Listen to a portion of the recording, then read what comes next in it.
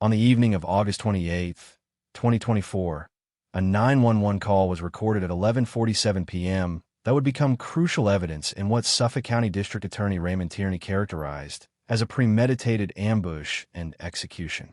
The summer of 2024 had been filled with happiness for 50-year-old Kelly Coppella and 53-year-old Kenneth Pullman.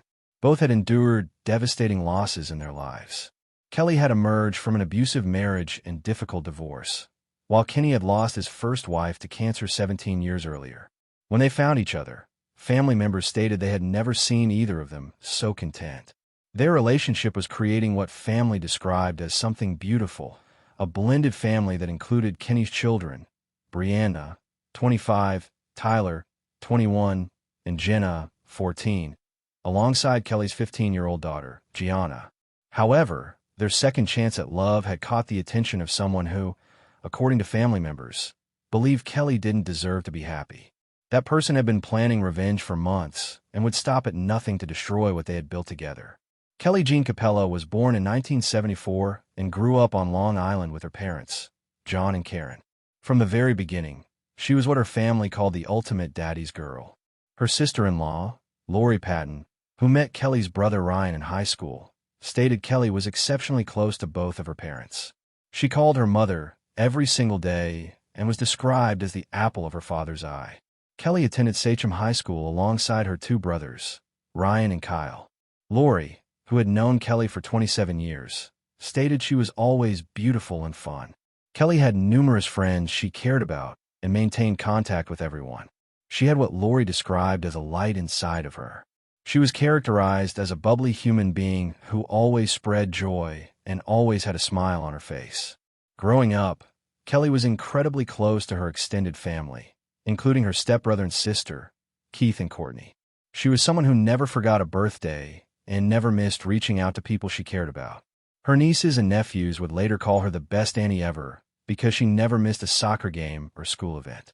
After high school, Kelly's life took a path that many young women follow.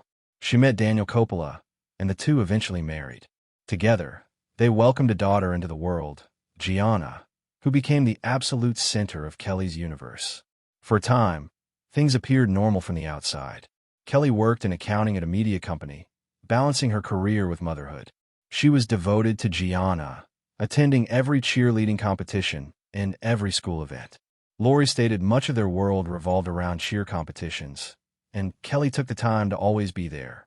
Her goal was making sure Gianna was provided for and doing things for Gianna, taking her on vacations into the city or to Great Adventure or Disney World. She wanted to make Gianna as happy as possible. Behind the facade of family life, Kelly was struggling. Those close to her knew that her marriage to Daniel was troubled. Kelly, being described as a private person, didn't often talk about her marital problems openly, but the signs were present. Her family would later describe Daniel as abusive. Police records would later show there had been one documented domestic incident during their marriage, though it was labeled non-criminal. However, for Kelly's family, they knew the reality was darker than what appeared on paper. Eventually, Kelly made the decision to leave. The divorce proceedings were, by all accounts, contentious and difficult. Detective Lieutenant Kevin Bearer stated the divorce was final, and apparently it was a contentious divorce. What Kelly didn't know at the time was the extent to which Daniel blamed her for what he perceived as his financial ruin. The bitterness and resentment were festering beneath the surface, growing more dangerous with each passing day. The divorce was finalized sometime in 2022 or 2023, just 1 or 2 years before Kelly's death. For Kelly, it represented freedom from a marriage that had caused her pain. She could finally focus on being the mother Gianna deserved, and perhaps one day finding happiness again. Kelly remained close to her family throughout this difficult period. As Kelly emerged from her divorce, she was finally ready to embrace life again. She was working, raising Gianna, and staying connected to her family and friends.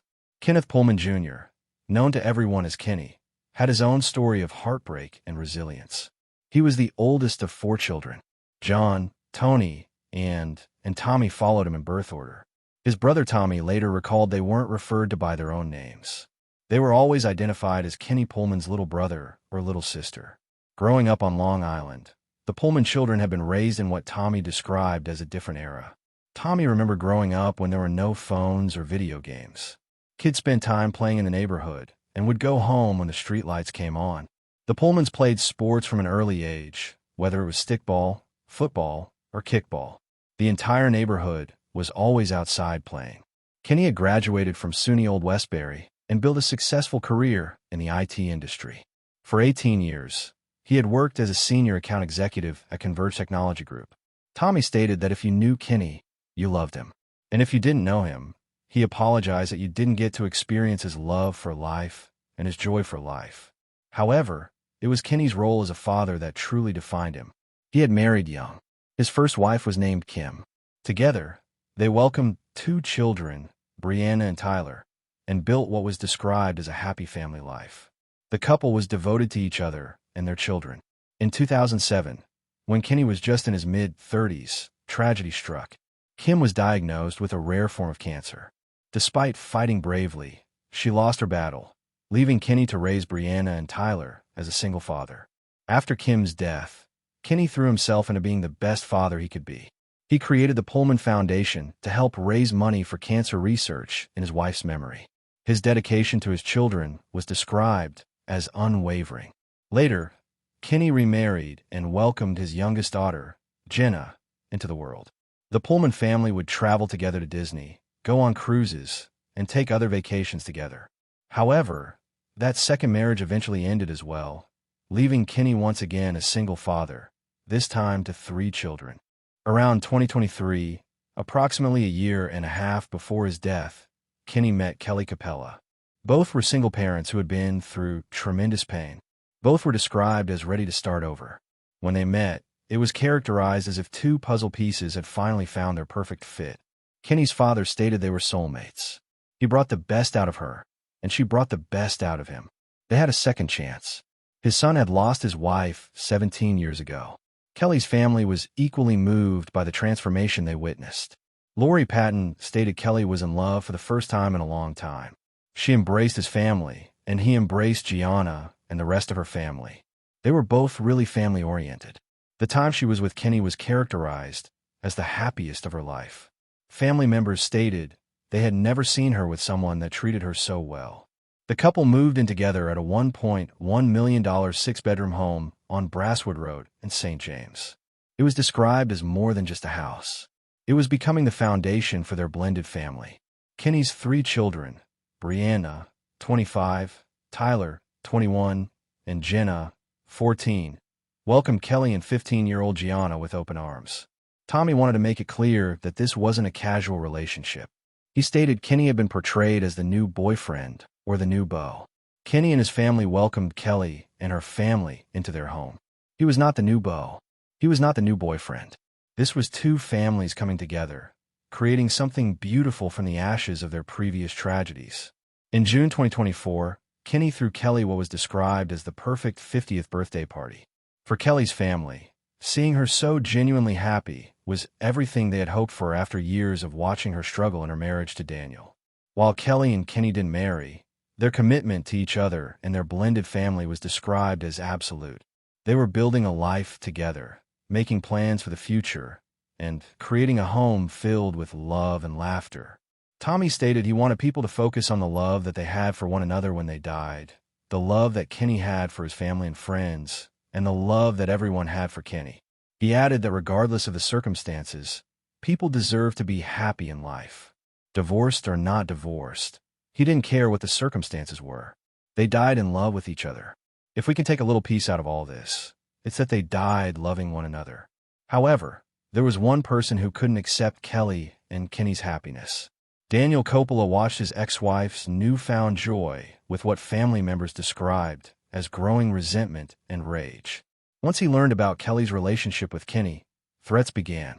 Kenny's family stated there had been numerous threats from Daniel. The Pullman family knew Daniel was bitterly jealous, but they had no idea just how dangerous that jealousy would become. What they didn't know was that Daniel had been planning his revenge for months. August 28, 2024, was described as a typical Wednesday evening in the quiet, affluent Long Island hamlet of St. James. Kelly and Kenny were settling in for the night at their shared home on Brasswood Road. The house had become described as a sanctuary for their blended family, a place where love had triumphed over past pain. 15-year-old Gianna was at home, likely preparing for another day at Smithtown High School East, where she was a cheerleader with the Long Island Cheer Diamonds. It should have been characterized as just another peaceful evening in their new life together. 3 miles away on Harbor Road and head of the harbor, Daniel Coppella was preparing to put his plan into action. Earlier that evening, Daniel had been driving with Gianna in the car. His behavior had been described as erratic and frightening, driving recklessly and hitting things. The 15-year-old became so scared that she asked her father to take her back to her mother's house. Daniel agreed, but once at the Brasswood Road home, he didn't simply drop Gianna off and leave. At approximately 11:30 p.m., Daniel sent text messages to his 15-year-old daughter asking about Kenneth's bedroom location.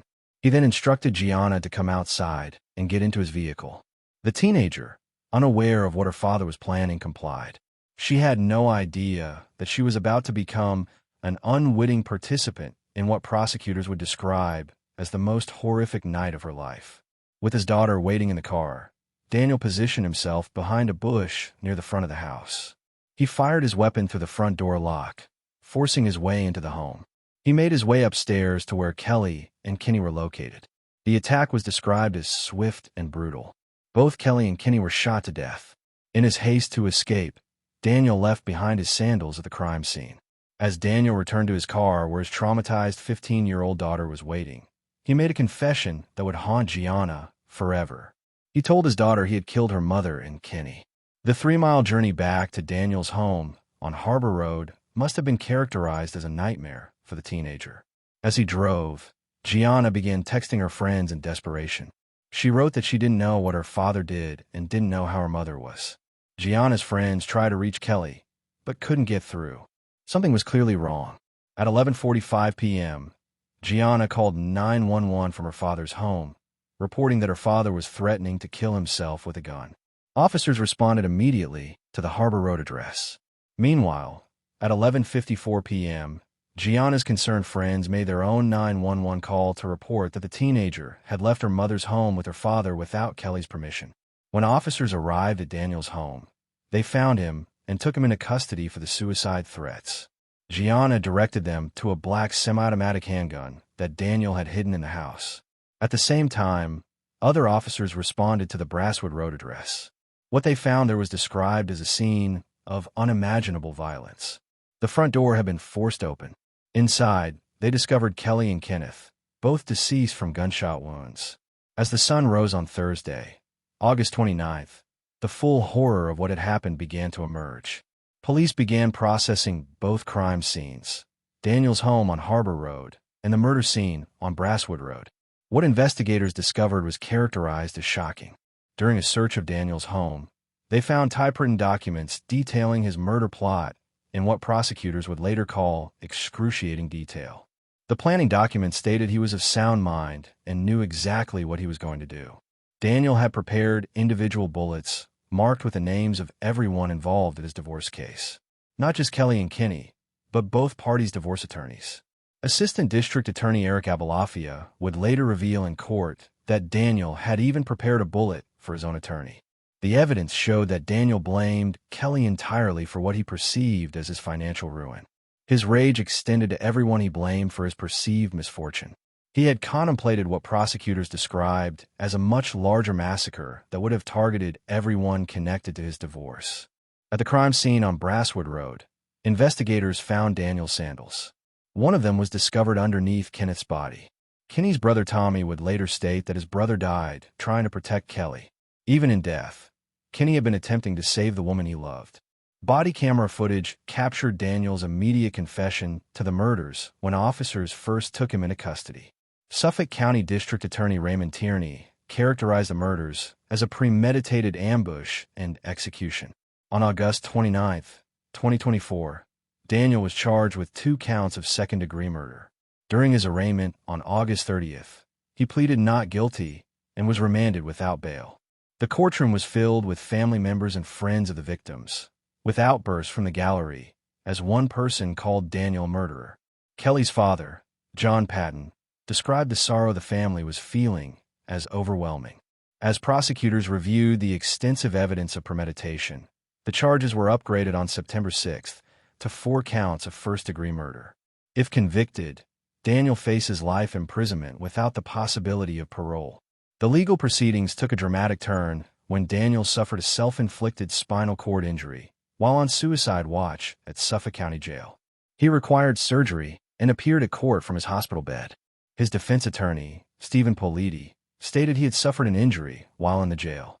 The extent of that they were trying to determine with the doctors. He didn't think anyone who has ever been charged with murder is in a positive mental state. The murders sent shock waves through the Long Island community. The response was described as immediate and overwhelming. A GoFundMe campaign called Kenny's Kids was established by his employer, Converge Technology Group, to support Kenny's 3 children. The fund raised over $148,000, approaching its $150,000 goal. A separate fund called Support Gianna After Tragic Loss was created by Kelly's family to help the traumatized teenager. The fund raised over $96,000 in just 5 days, with more than 1,000 donations flooding in from people touched by the tragedy. Kenny's memorial service was held at St. Elizabeth of Hungary Church in Melville on September 3rd, with hundreds attending. Family members described Kenny as a friend to all whose smile and positive attitude were described as contagious. Kelly's services were held at Maloney's Holbrook Funeral Home on September 4th to 5th, where she was remembered for her vibrant personality and contagious smile. Tommy Pullman was determined that his brother's legacy wouldn't be overshadowed by the violence that took his life. Tommy stated they were not going to let a heinous murderer overshadow the life and legacy of his brother. Number 1, they have his kids. His kids will be taken care of. He would tell him he loved him one more time. All of his siblings would tell him that it was an honor and a privilege to be known as Kenny Pullman's little brother. They will always be Kenny Pullman's little brother. For Gianna, the trauma of that night, of being used as an unwitting participant in her father's plan, of hearing his confession, is described as unimaginable. The 15-year-old cheerleader now lives with family members, supported by her extended family and community, as she tries to process the horror of losing her mother in such a violent way. In the end, that love, characterized as imperfect and interrupted as it was, remains the most powerful part of their story. Tommy stated they had Kenny in their lives for 53 years, 7 months, 17 days, 14 hours, and 29 minutes.